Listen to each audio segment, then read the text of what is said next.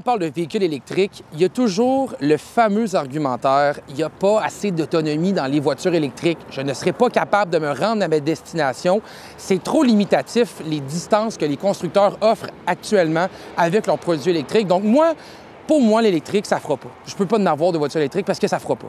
Et bien là, on va changer ce discours-là aujourd'hui, ou du moins, on va essayer de prouver un point.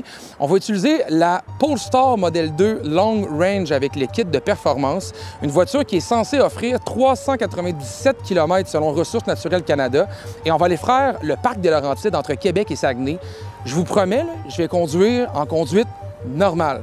On va mettre le cruise control à 110 km/h, on va utiliser le système de climatisation et selon la distance qu'on a à faire, qui est à peu près 200 km, on devrait, en théorie, avoir assez d'énergie pour se rendre sur une charge.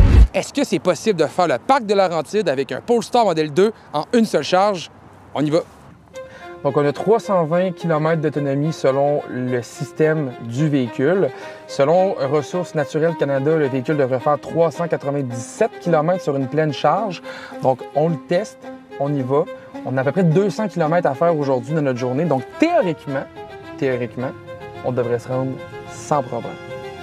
Je fais attention au niveau de la conduite. Donc, le système me dit justement que j'ai un style de conduite actuellement qui est à consommation faible, donc je fais attention aux accélérations quand même, mais je roule à 110 km/h parce que pour moi, c'est une vitesse de pointe qui est entre les gens qui roulent à 100 et les gens qui roulent plus à 120 km/h. Je trouve que 110, c'est un bon milieu pour faire le test qu'on veut faire aujourd'hui. On va vraiment l'essayer, là. Je vous le dis, là, on va vraiment l'essayer. On va vraiment tout faire en notre pouvoir pour se rendre de l'autre côté du parc des Laurentides en une seule recharge, quitte à tomber en panne sur le bord de la route, parce que je veux vraiment tester à savoir est-ce qu'on est capable d'atteindre notre objectif sans souci ou étant extrêmement stressé ou juste en tombant en panne, on va l'essayer et on va le vivre ensemble. Donc, pour l'instant, je suis surpris de voir à quel point l'autonomie descend rapidement. On est parti à 320 km selon le véhicule. On est déjà rendu à 290 km et selon ce que je vois ici au niveau des informations, ça fait seulement 7,4 km qu'on circule. Donc, l'autonomie descend beaucoup plus vite que ce qui était annoncé. Mais j'imagine que l'auto va trouver sa stabilisation maintenant et va trouver un équilibre entre tout ça pour nous donner une meilleure projection de la route qu'on fait actuellement. Je suis assez confiant encore et on verra. L'aventure commence!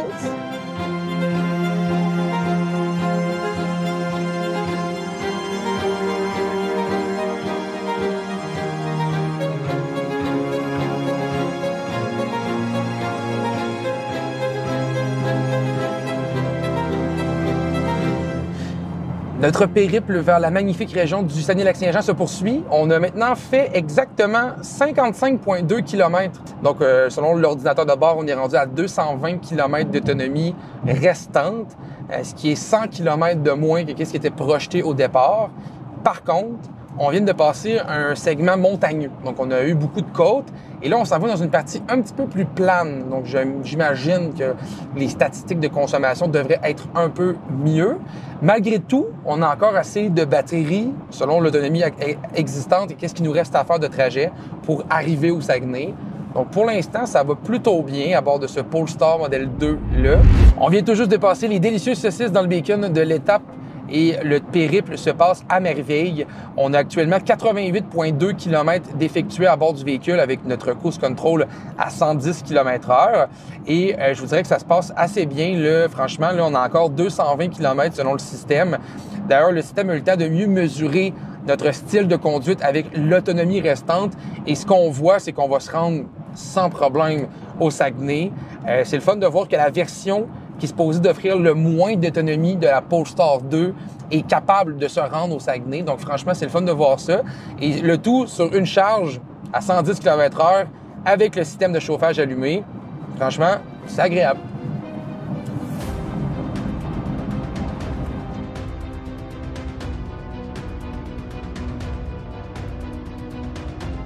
Donc, la version du Polestar 2 qu'on est à l'intérieur aujourd'hui, c'est une version long range, donc qui a la plus grosse autonomie, à 2 moteurs, donc qui est 4 roues motrices, avec un ensemble de performance qui est, dans le fond, le plus performant du lot.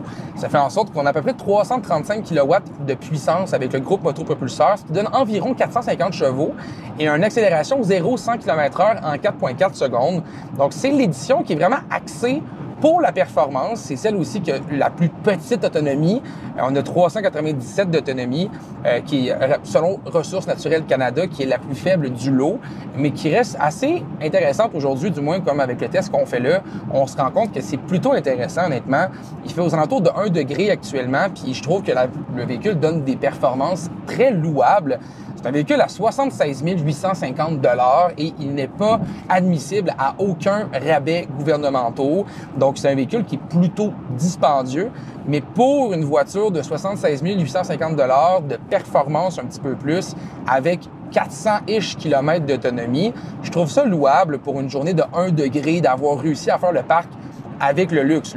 J'ai mis la climatisation, on a roulé à 110, on s'est pas privé. Donc, je pense que c'est quand même de belles performances que le Polestar 2 fait actuellement. D'autant plus qu'il existe des versions avec encore une meilleure autonomie. Donc, si vous êtes à la recherche d'un véhicule avec une meilleure autonomie, ce Polestar 2-là en offre plus encore. Donc, franchement intéressant.